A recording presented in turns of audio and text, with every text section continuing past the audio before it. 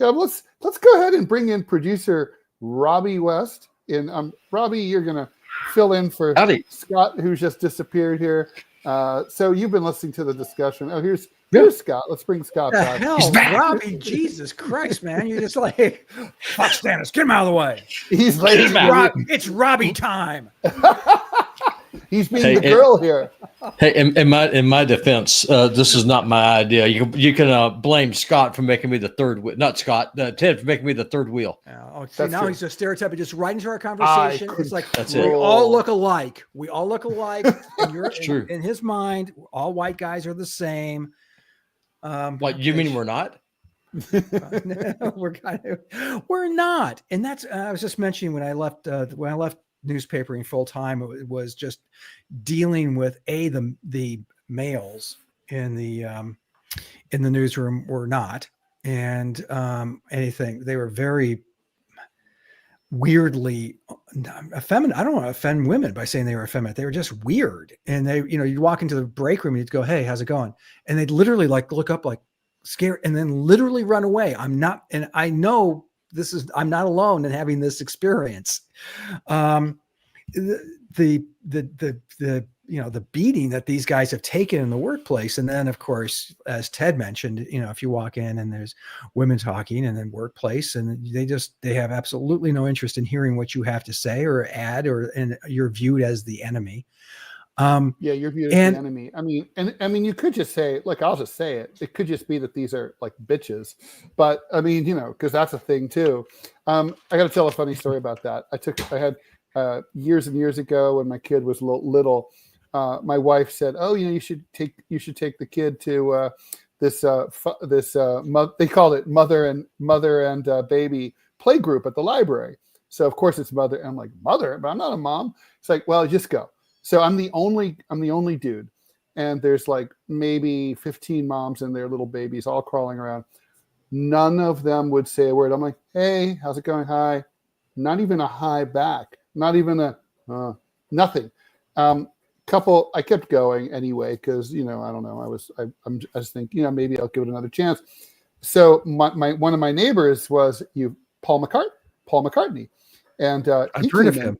And did this, and he did it too with his kid, and our kids were the same age, and at one point, Sir Paul turns to me and he goes, "This is the first time in my life where women just didn't want to talk to me." And what is? Go ahead. I was just going to ask. You go ahead, Robbie. I'll have a second. Well, because I work in healthcare, and I mean it is talk about a feminine industry. How y'all talk about the schools? Pink collar ghetto. In my field, it's exactly the same. Like in the department that I work in, what I do is I build medical records. It's me and one other dude, and the other guy works in the warehouse. So I'm the only one that's actually doing my job with a department of over 20 people. Well, when I was the trainer teaching people, how to build medical records, because you have to go in and read the charts and figure out just what is this exactly. Well, there's this one lady. And long story short, she's like, "Well, Robbie, what do you think this document is?" I said, "Well, did you read it?" She said, "No." I said, "Well, maybe you should read it then, because you got to, that's the first step for this job." There you are, mansplaining. That's exactly it. She turned me in for bullying. And I ended up having to have a conversation with the department super. I kid you not. I bullied her for telling her, before you ask me to do your job for you, you should at least make an effort to do it yourself. And that was now keep in mind, I did not say this. I did not say, "Hey, no, do your damn job and then come talk to me after." No, me telling her to read this document was the wrong thing to do in a job that directly requires you to read documents, then use your head cheese to figure out just what is this. Because if I don't do my job, the medical record doesn't get built. That impacts patient care, and also then the hospital can't bill, because you got to document everything that goes on. So it's kind of fundamental. But if you're accused of bullying by telling a woman that maybe you should read something before asking for help, I don't know how you fix that.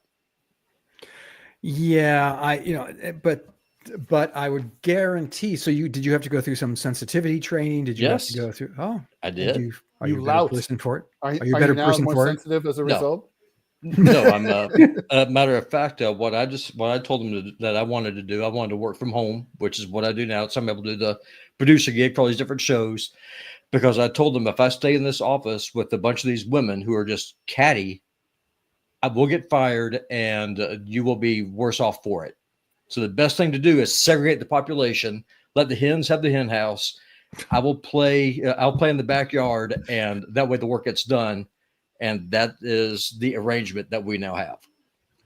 See, and that's what's so strange is that I've worked in feminist groups. I have a long story. I have, and ever since the 70s when it actually mattered. And now I'm viewed as this enemy, but it's also, is it generational? I mean, you have this, I mentioned the young reporters who are obviously considerably younger than me. What generation is that? Gen Z, Gen X, That would be millennials, probably, mostly people in their 30s. I'd say younger. Now.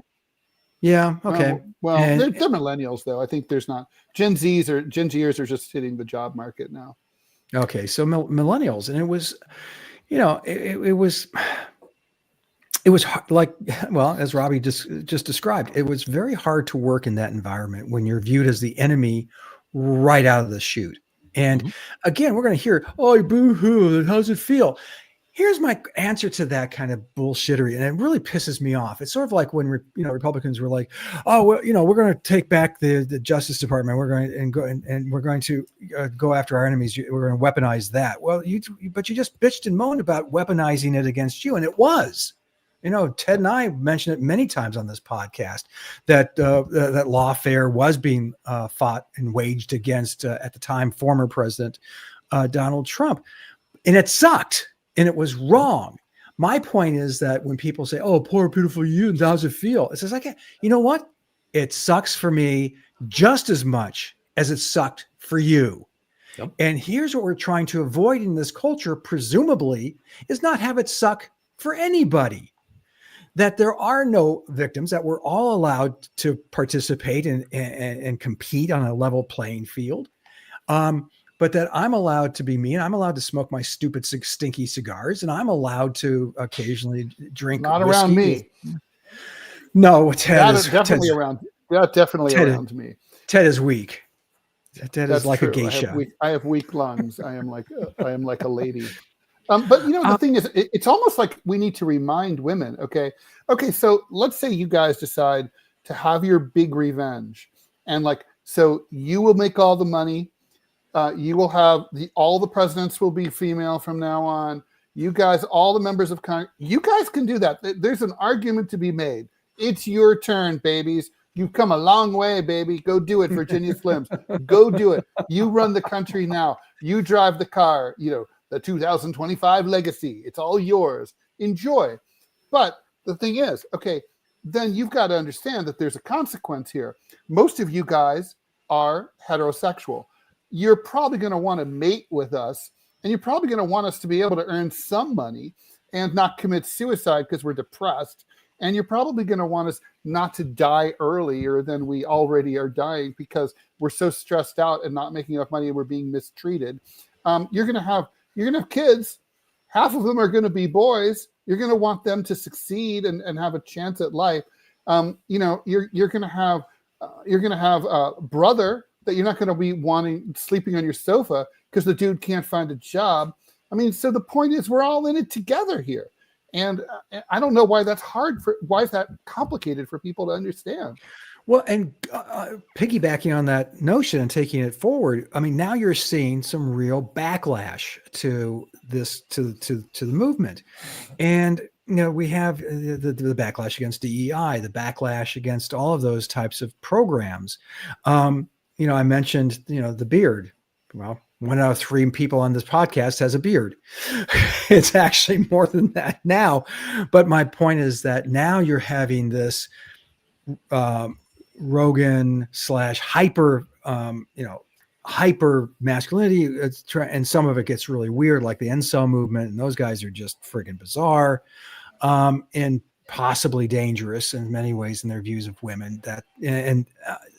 that to me is what happens when you corner someone. And Ted likes to mention the art of war and don't give them any way out. And that's where men are today. We're cornered and there's no way out. There's no right answer. I was at a party that was being thrown by my son and his wife, young people that, in their 20s and early 30s. The neighbor showed up. He's a police officer. And this was right after the Black Lives Matter protests started.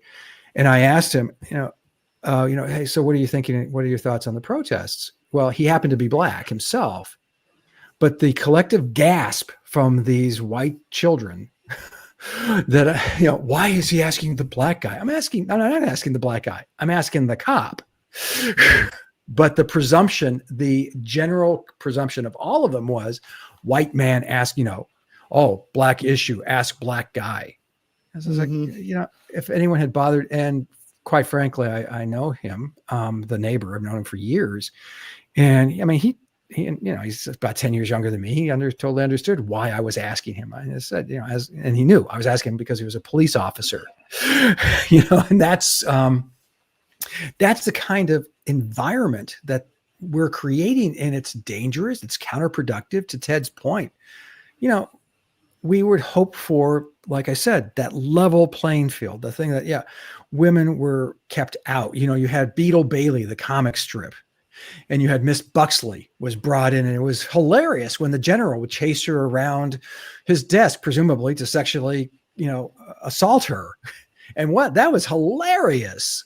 Well, it's not. And those, that's somebody's daughter. That's somebody, you don't treat another human being like that. But conversely, you don't dismiss someone by just calling them toxic and saying that their opinions don't count anymore. Simply because they have a Y chromosome. Yeah, I didn't choose it. I was the fourth of four boys. My mom was hoping, and she told my dad she was on birth control. True story. And then I popped out. So the first thing I heard in my entire existence on this planet was, shit. And even I guess you could say you could become a trans woman, but that wouldn't work now either. Everyone would be pissed at you for trying to use the girls' room and being in sports. There's no out. Once you're a man, you're trapped. So what happens going forward? I mean, we have, I'm getting a sense of a stridently masculine, and I think probably destructively masculine movement. There is also a movement of just of the backlash to the backlash. Yeah, to the backlash. Which is because America, that's what we do. We never do anything like, there's got to be a middle ground here, right? And of course there is. No, I look at my sons and how they're, navigating this world, and it's become more difficult, not less, for them. And but my oldest is living in an academic world, and that has its own problems in this area as well. So going forward, where political implications too. I mean, as we've seen, huge. I mean, so like this was a populist revolt, right? Populism is an appeal to the working class. And, if you look at working class men, their incomes have collapsed in real terms over the last 45 years by 20%. Women's wages have remained more or less static in real terms. So, I mean, it is worth noting, women aren't really getting ahead either, right? So there should be working class solidarity between men and women, because they're both being screwed, albeit at different rates. Men are being screwed more, especially working class men. But women are too, because all these increases in productivity are devolving to the rich elites, to the top 1 or 1/10 of 1%, not to the people who actually do the work. But the point is that that populist revolt, that fuck it. I mean, that's the thing, is the danger is if you keep telling people, fuck you, we don't need you, at some point they listen to you and they say, okay, I'm out. And they become alienated and they do their own thing. And they listen to Joe Rogan, and they drive monster trucks, and they become rapey and weird. Nobody needs that. It's like not. I don't know how we go forward. We need a correction to the correction to the correction to the correction at this point, and I don't want it to go the other way. I mean, otherwise we're just going to be like, it's going to be like that Maureen Dowd book title, Are Men Necessary?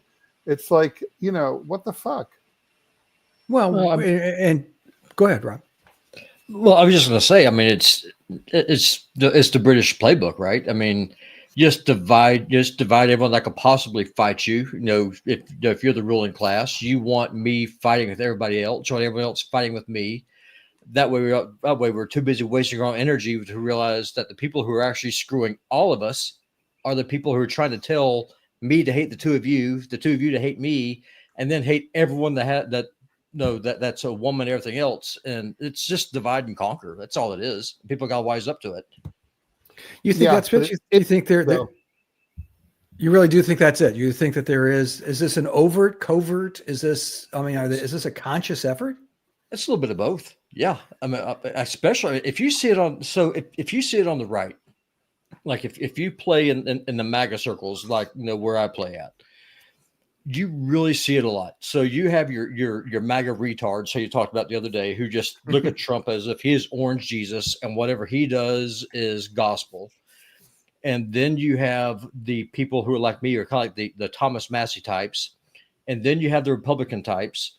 So right there, you divided the right in three different neat little sections. They're all too busy fighting each other over Israel and foreign aid and NATO and all this other stuff. And then you have the same thing happening on the left side of the aisle where Ted is. So you have your feminists, then you have your cosplaying dudes who want to be called women. And then you just divide those pieces of the pie as much as you can. And if you're the ruling class, what you want to do is that you want to have these different groups all to be fighting each other. Like, you want the Black Lives Matter people to be blaming Whitey for all of their woes, and then you want to have Whitey blaming blaming migrants. That's where I fall. That's where I fall on the spectrum. That's my vice, right? It's just like, close the borders. Let's actually fix things here locally. Then you have people on both sides of the aisle, like the Angie Wongs, and then the people on the left saying, "Oh, well, Robbie, then you're being nativist." Where I'm looking at, from a working class standpoint, is that immigration is driving down wages, so that way we can't afford to live, we can't afford to organize, because you can't afford to pay your rent. It's all by design. It's one side. It is a comment, strategy, Robbie. It's like, speak to your point, if they allowed the same number of immigrants in, the same number, made them all legal, handed them all passports at the border, our wages would not be dropping the way that they are, because these are people who they're hiding in the shadows. They can't negotiate for higher wages. They get treated like shit or not even paid at all sometimes. It's like, our wages would not be declining as fast if these people were all legitimized. Creating an underclass is really dragging down wages. There is a ranch north of us in Lincoln County. For those of you who are watching, don't know, I live in Montana. And these ranchers, they're crying because ICE, they went in, they rounded up a bunch of migrants, and they deported them. Well, now this ranch owner's just like, well, now I can't afford to keep the ranch open. And so you have people in the town next door over, like, well, why don't you hire us to come and work on your ranch? Actually pay us a wage. And then the rancher's like, well, I can't afford to hire you. As well, then you deserve to go out of business then. That's how I feel. I mean, it's like the first time I took a girl out on a date was for ice cream at Friendly's. I think I was 14. And I was like, tell me about tipping, Mom. And she's explained it. And I was like, oh, is it optional? And she's like, technically, but the truth is, if you can't afford the tip, you can't afford to eat. And I think it's like, and really, truly, it's like that. If you can't afford to pay a living wage, your business isn't viable. No, you need to call Kevin O'Leary and ask him for some advice about how to make your business work. But the point I'm trying to get to is that the reason why we can't have a living wage is because everyone is so busy fighting each other, calling each other racist, nativist, homophobic, name whatever phobia it is that you want. And that's what the people in DC want. They want everyone to fight each other and be so stressed out with just trying to make a living that no one bothers to look up and realize the people who are screwing every segment of the pie are the people who are wearing the suits. And that's the plan. So yes, to Scott's the question, yes, this is a tactic. I mean, the British, well, yeah. I mean, they conquered India using this same exact thing. Mm-hmm. You know, the Indians woke up one day, looked up and said, "Oh my God, we've lost our country." Well, that's where we are.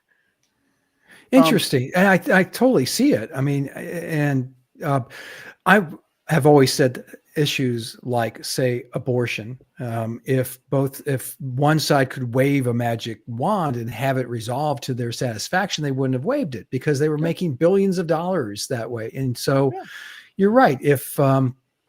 If there's a party that is for the Joe Rogan types, well, then the other party hates those people, which really they shouldn't, because frankly, I think there's on fundamental issues, we're all pretty similar. We want safe streets. We want the kids to learn how to read and write once they leave school. Pretty basic stuff.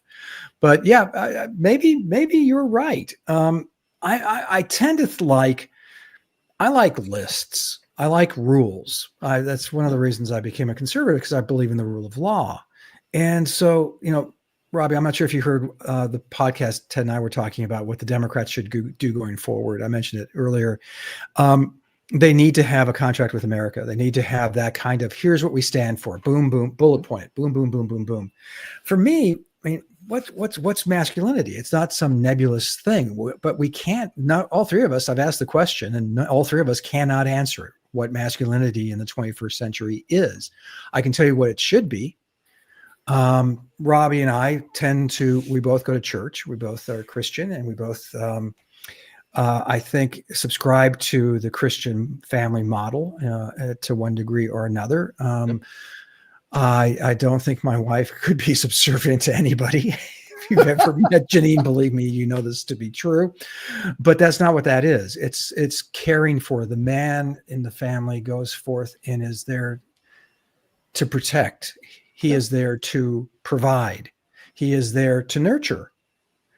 That to me is masculinity. And does that mean you can't cry? Hell no. I cried every God. It can be a commercial. Exactly. There could be a commercial. I mean, some commercial about a clothes cleaning solution, but there's something deeply moving. And so, I'm a wuss that way. But that's okay too. As I said, there's a middle ground, but defining what masculinity is, to me, is it stoic? Well, and this is obviously something that, look, men in the wake of feminism have been trying to struggle with, right? There was the Iron John movement, the people who went out into the woods and did primal screams. Before that, there was, there were the rich guys at, what was that thing called? Bohemian Grove, where the rich dudes would go out and create an edifice and burn it. It was called Care. We're burning Care, and they dance around naked in the woods and north of San Francisco. That doesn't sound masculine to me. That sounds like a gay orgy. Well, there's nothing. A gay orgy could be the epitome of masculinity. I don't know, but the point is that there's definitely, this has been a struggle. Before we go, I want to ask both of you guys, and this is just sort of an aside, the latest stories about the mass arrests that are starting to, I guess we can't really call them mass arrests yet, but the arrests of pro-Gaza protesters. The most recent is a woman who is 21 years old. She's a Columbia student, a junior. She's came to the United States when she was 7 years old with her parents. She's a permanent resident. She has a green card. I guess she hasn't gotten around to becoming a U.S. citizen yet. ICE is chasing her because she participated in a protest last year at Columbia. There's no specific allegation of any wrongdoing whatsoever. Basically, she's being pursued for this. They broke into her apartment. They obtained a search warrant. Up until now, that's not something that ICE had felt that they were able to. No judge had given them a search warrant up until this point. She's on the lam. She has sued the federal government to try to stop her own deportation before she's apprehended. because up until now, ICE detention is an administrative procedure. They're not really cops. You don't really kind of have to go with them. You know what I mean? They may kill you if you don't, but you really don't legally have to. They live in this gray zone. This is obviously the administration is going after as many Gaza protesters, especially at Columbia University, as they can. Any thoughts? It's disgusting. Yeah. It's just, I think all three of us are on the same page when it comes to First Amendment rights and acknowledging that any human being who steps foot on American soil is protected by the Constitution. And one of those guarantees is the right to free speech. This has gone so over the top. They want to deport her back to Korea. She hasn't been there since she was 7. I think that, you have to have sovereign borders. I totally agree with Robbie on that. You can't be a sovereign country. I know Ted agrees with me on that as well. I do. That's common sense. But how is there no due process here? That's the thing that really gets under my craw is that, we're scooping people up, sending them to I'm assuming it's a for-profit prison down there. It's a for-profit gulag down in Louisiana. Yeah. And it's no. In El Salvador. Oh, that too. The one that Mahmoud Khalil is in Louisiana is a for-profit Louisiana gulag. Yeah. Well, I can answer this question for you. Okay. Yeah. No, it's money. Yeah.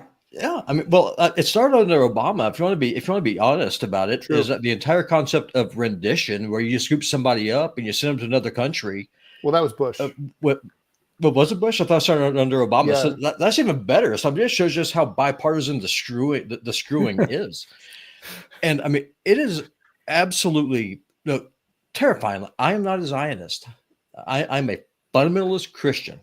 Okay. And I do not support the Zionist project in any way, shape, or form. I don't. And I say that full well knowing that the president who is currently in office now, who the vast majority of Republicans, people who claim to be on my side, that orange bastard, he went up and he said, you take the guns first and you do due process second. And he actively waged war on the Second and the Fourth Amendments to the Constitution to the thunderous applause of conservatives. So it just shows us how bipartisan this screwing is. Breaking news. This just came across. Couldn't ask for better timing. A federal judge has just ordered Trump to stop its efforts to arrest and deport her. Her name is Yun So Chung. They've been after her since earlier this month. Judge Naomi Buchwald said in her hearing that nothing in the record indicates that she poses a danger to the community or any kind of foreign policy risk, or has communicated with any terrorist organizations. She was not a prominent participant in the protests.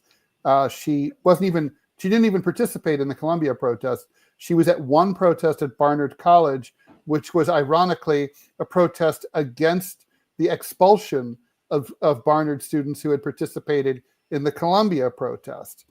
She was, by the way, valedictorian for high school. It's all thought crime. It's all thought crime. This is prosecuting someone based on your speech. Mm-hmm. And mark my words, you have the AIPAC Republican types, and then you have Democrats who worship John Fetterman, that bastard who's just as bad as Lindsey Graham, and They're just all doing this, saying yeah, let's screw all these people. No constitutional rights for you for anti-Semitism.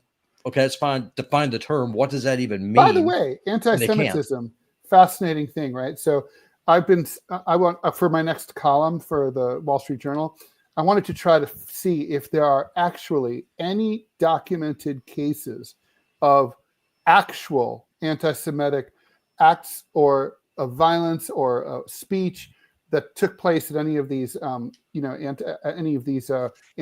protests that happened over the last year.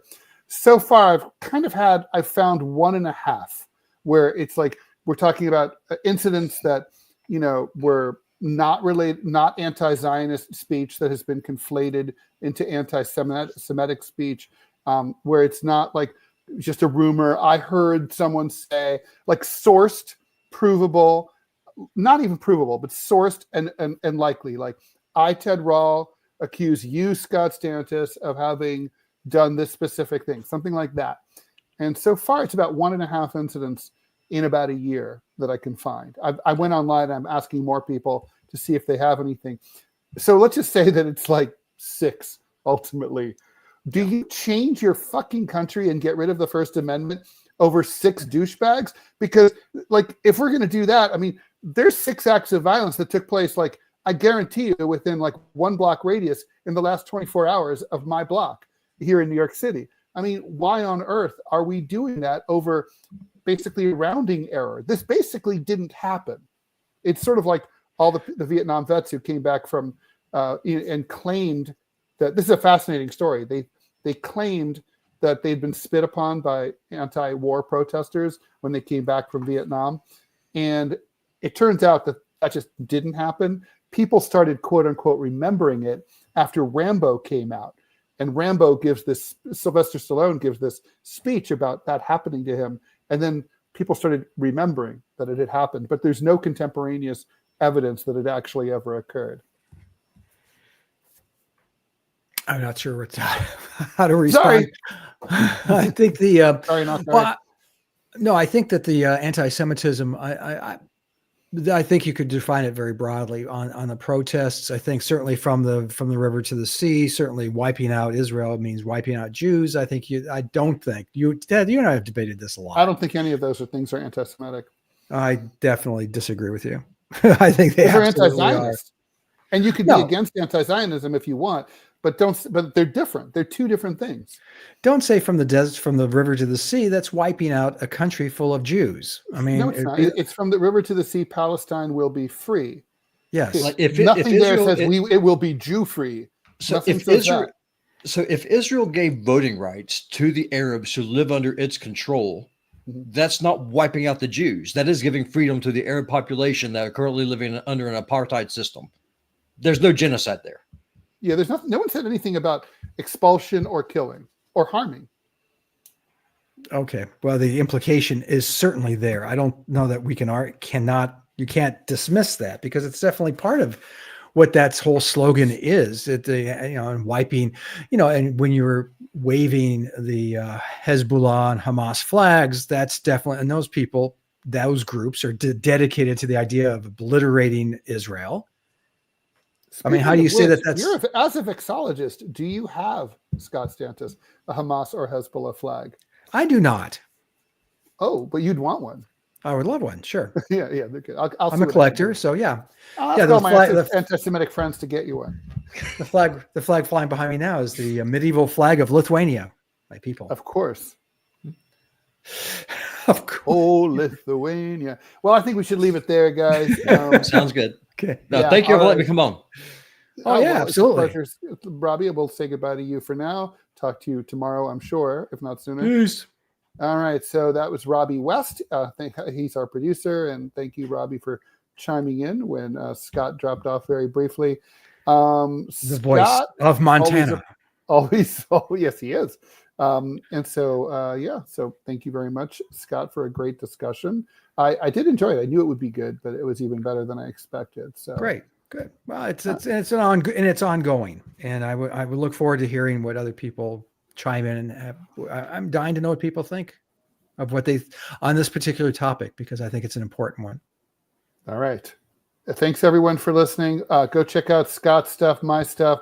You're going to see it all in the scroll here. But we're both on Center Clip. We're both on gocomics.com. And, that stuff. Here we go. Scott, say something. Here we go. Go see Ted's stuff at tedrall.com. You can see my stuff at gocomics.com/Scott Stantis. And there's links to my editorial cartoons and to my comic strip Prickly City. Buy Ted's book. He's got another one coming out real soon that you're going to definitely want to buy. Trust me on this. Do yourself a big fat favor.